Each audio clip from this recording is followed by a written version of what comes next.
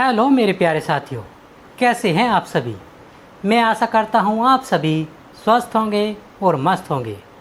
स्वागत है आपका हमारे channel English spoken zero to hero पर। साथियों, आज हमारी इंग्लिश ग्रामर क्लास का डे 35 है, जिसमें हम पैसिव वॉइस के वाक्यों की अंग्रेजी बनाना सीखेंगे। तो साथियों, देर ना करते हुए चलते हैं अपनी फर्स्ट स्लाइड पर। सबसे पहले हम पैसिव वॉइस के बारे में जान लेते हैं। पैसिव वॉइस के वाक्यों की अंग्रेजी बनाते समय सबसे शुरू में हम कर्म की अंग्रेजी लिखते हैं।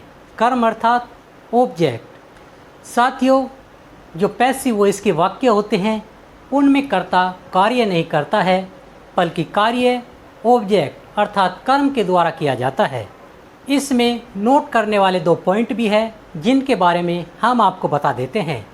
इसका पॉइंट नंबर 1 है, पैसिव वॉइस के सभी वाक्यों में क्रिया की थर्ड फॉर्म प्रयोग की जाती है।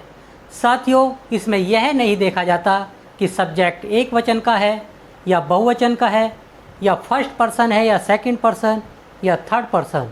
इन सभी वाक्यों की अंग्रेजी बनाते समय हम वर्ब की थर्ड फॉर्म यूज़ करते हैं।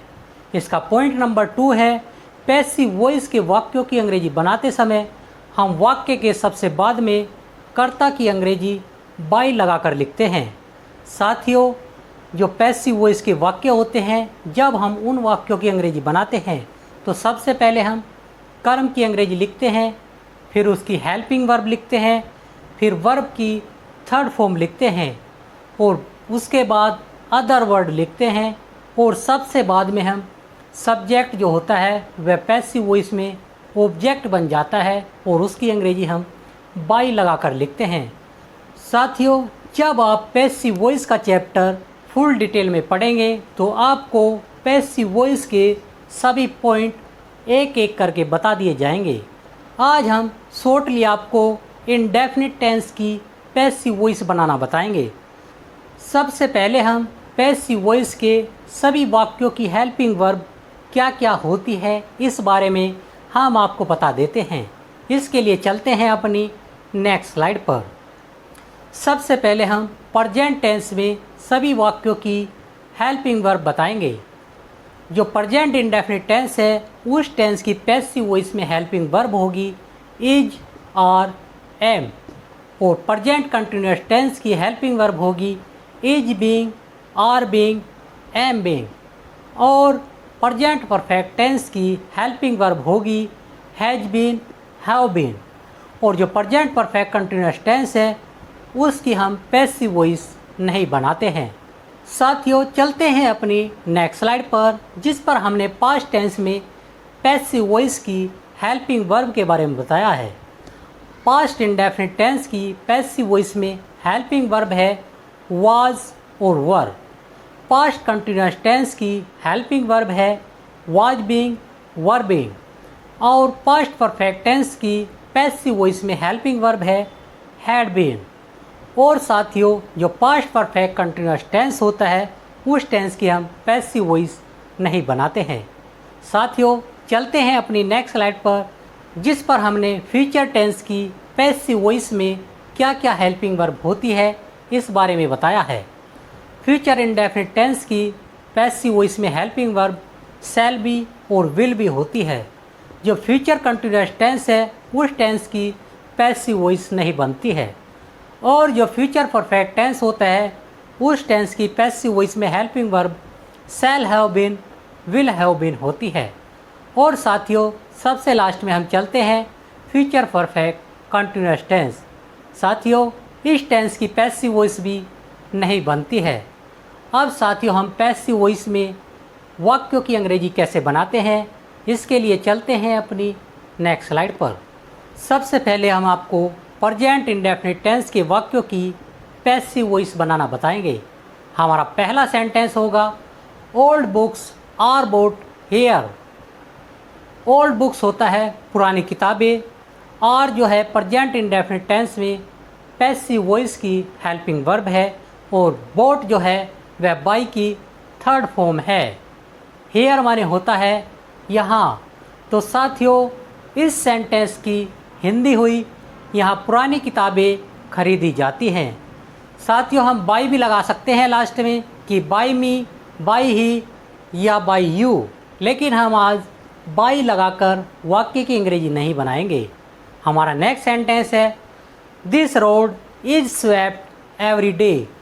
दिस रोड मीन्स होता है इस सड़क या इस सड़क पर। इज प्रेजेंट इंडेफिनिट टेंस की हेल्पिंग वर्ब है। स्वेप्ट स्वीप की थर्ड फॉर्म होती है और एवरी डे प्रत्येक दिन होता है। तो साथियों इस सेंटेंस की हिंदी हुई इस सड़क पर रोज़ाना झाड़ू लगाई जाती है।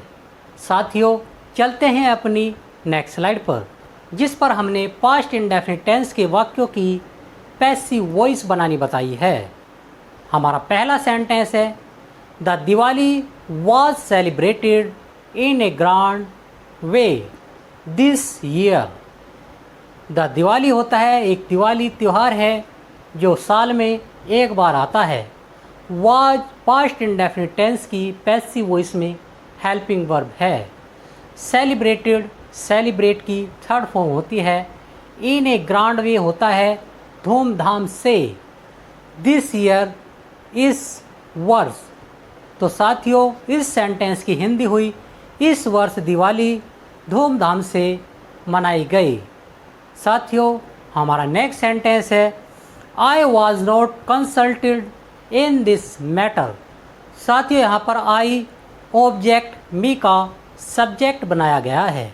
वाज पास्ट इंडेफिनिट टेंस में पैसिव वॉइस की हेल्पिंग वर्ब होती है। नॉट मीन्स होता है नहीं। कंसल्टेड होता है सलाह। कंसल्टेड कंसल्ट की थर्ड फॉर्म है। इन दिस मैटर होता है इस विषय में।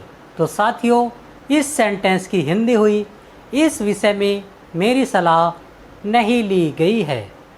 साथियों यदि आपको हमारी आज की क्लास अच्छी लग रही हो तो आप हमें लाइक, शेयर और कमेंट करना न भूलें। और जो साथी हमारी आज की क्लास में नए हैं वह साथी हमारे चैनल को सब्सक्राइब करना न भूलें ताकि उनको हमारी आने वाली क्लास की नोटिफिकेशन समय पर मिलती रहे। तो साथियों चलते हैं अपनी नेक्स्ट स्लाइड पर, जिस पर हमने फ्यूचर इंडेफिनिट टेंस के वाक्यों की पैसिव वॉइस बनानी बताई है। हमारा पहला सेंटेंस है my birthday will be celebrated this evening. My birthday होता है मेरा जन्मदिन। Will be future indefinite tense की पैसिव वॉइस में हेल्पिंग वर्ब है। सेलिब्रेटेड सेलिब्रेट की थर्ड फॉर्म है जिसका मतलब होता है मनाया जाएगा। दिस इवनिंग आज शाम को। तो साथियों इस सेंटेंस की हिंदी हुई आज शाम को मेरा जन्मदिन मनाया जाएगा। हमारा नेक्स्ट सेंटेंस है the criminal will be punished. The criminal होता है अपराधी या अपराधी को। Will be future indefinite tense में पैसिव वॉइस की हेल्पिंग वर्ब है और पनिश्ड मीन्स होता है सज़ा देना। तो साथियों इस सेंटेंस की हिंदी हुई अपराधी को सज़ा दी जाएगी। तो साथियों मैं आशा करता हूँ हमारे द्वारा बताए गए पैसिव वॉइस के वाक्य आप भली भांति समझ गए होंगे और आप अब सभी वाक्यों की पैसिव वॉइस बहुत आसानी से बना पाएंगे। तो साथियों मिलते हैं अपनी नेक्स्ट क्लास में। आज के लिए इतना ही। थैंक यू, धन्यवाद।